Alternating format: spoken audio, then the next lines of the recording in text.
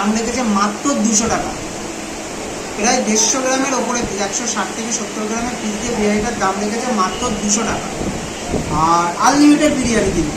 আর এখান থেকে এইরকম একটা ইয়ামি লাল লাল ঝাল ঝাল চিকেন চাপ নিয়ে নিয়েছি, যেটা 200 গ্রামের পিস, মানে ফুল লেগ দিয়ে পিস, সেটার দাম রেখেছে মাত্র 70 টাকা।